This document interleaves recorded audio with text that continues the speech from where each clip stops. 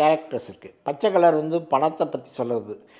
சிகப்பு கலர் வந்து அட்ராக்ஷன் பற்றி சொல்லுது. ஆரஞ்சு கலர் வந்து தைரியத்தை பற்றி சொல்லுது.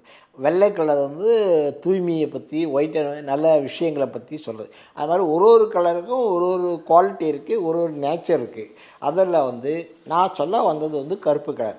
ஏன் இந்த கருப்பு கலர் வந்து சில பேர் எடுத்துக்குவாங்க, சில பேர் எடுத்துக்குவாங்க.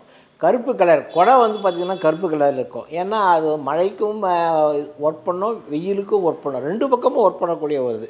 அதாவது இந்த கருப்பு கலருடைய ஒரு குவாலிட்டி என்னன்னு சொன்னால், நல்ல சக்திகளை கிட்ட வர விடாது, கெட்ட சக்திகளை கிட்ட வர விடாது.